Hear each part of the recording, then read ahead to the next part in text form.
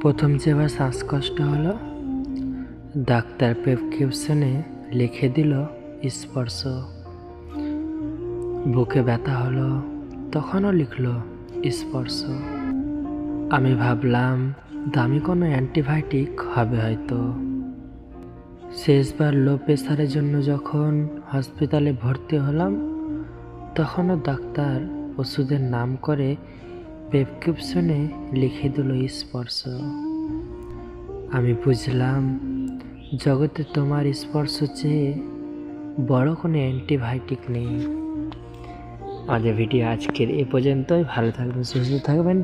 কথা হবে আবার অন্য কোনো এক ভিডিওতে। আমাদের ভিডিওটি যদি ভালো লাগে থাকে তাহলে অবশ্যই আপনার মূল্যবান মতামত কমেন্ট করে জানাবেন এবং আমাদের চ্যানেলে নতুন হয়ে থাকলে অবশ্যই সাবস্ক্রাইব করে রাখবেন।